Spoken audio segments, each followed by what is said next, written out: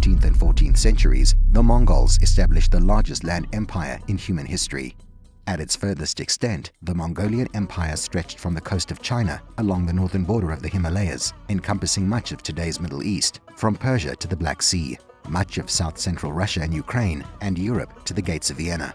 This was done on foot, wagon, and most famously, on horseback. By the time the Mongols reached the eastern borders of Ukraine in the late 1200s, some of their armies numbered 100,000. But it was not their numbers that were the Mongols' primary weapon. Terror was. That policy of terror started with their first great leader, the infamous Genghis Khan. He is not infamous everywhere. The Great Khan, as he is also known, is still a national hero in Mongolia today.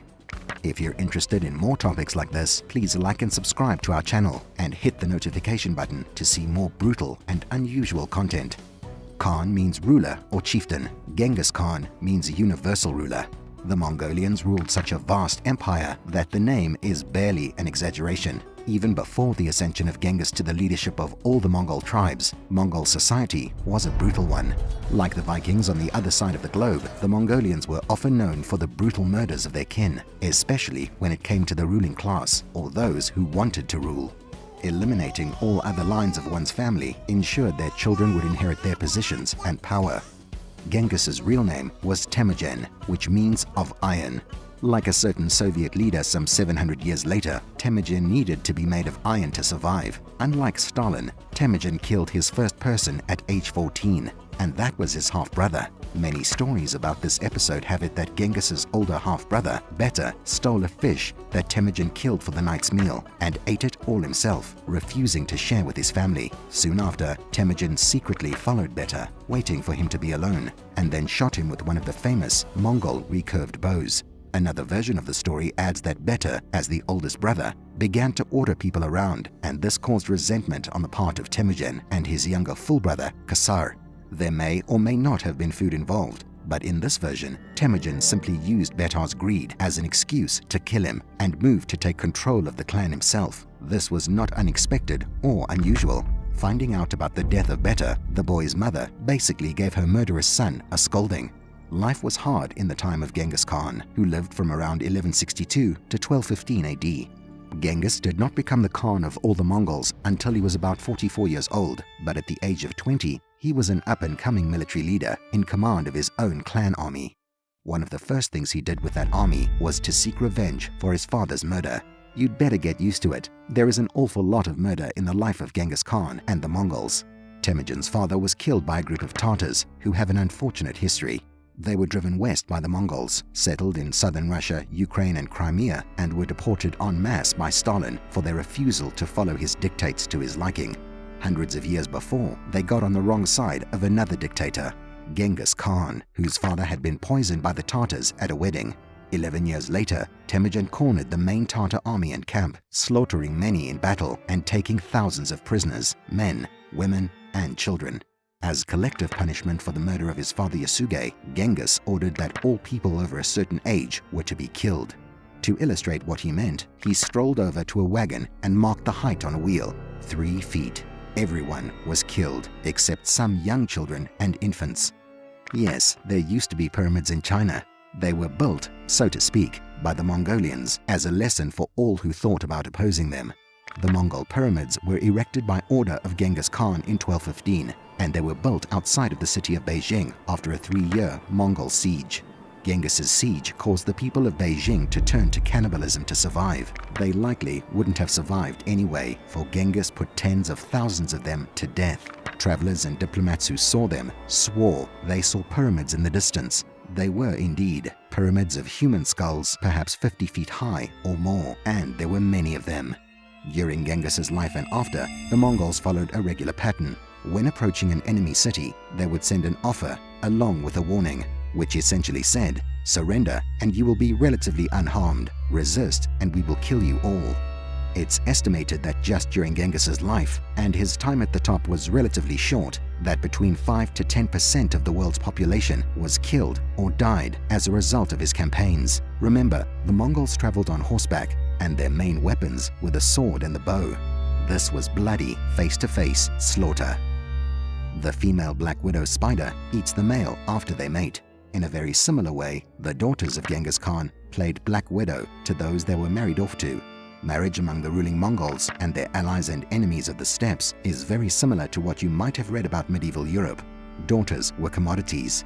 They could be married off to cement relations between allies or bring an end to war. In the case of Genghis's many daughters, they could end a dynasty and begin another one. To marry into the family of the great Khan conferred prestige and power on the groom and his family. Usually this power and prestige was short-lived, for as payment for marrying into Genghis's family, a tribal ruler had to get rid of all his other wives. It would be Genghis's line that inherited the throne. There could be no competition. The groom was then promoted to high command, in the front lines, where almost all of them were killed. So who would rule until her sons were old enough? Genghis's daughters. With each death, Genghis's empire expanded, and no one was under any illusion who his daughters took their orders from.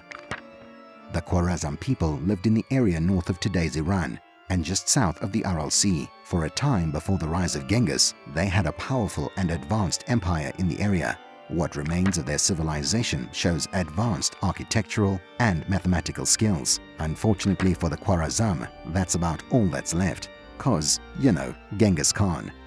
When the Khan's armies approached the capital of Khwarazm, he behaved peacefully and sent a delegation to negotiate with his adversaries. The Khwarazm made a bad choice. They beheaded the Mongol diplomats, fearing a ruse. Then they made their problem even worse, if that's even possible with Genghis Khan at your gates.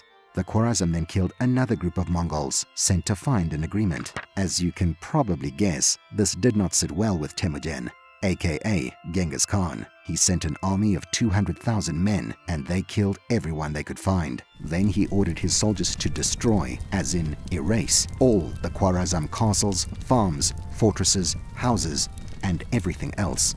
The Mongols missed a couple of remote mosques, but for all intents and purposes, the Khwarazm were made extinct. Their bones were even ground into dust when the Mongols advanced again sometime later.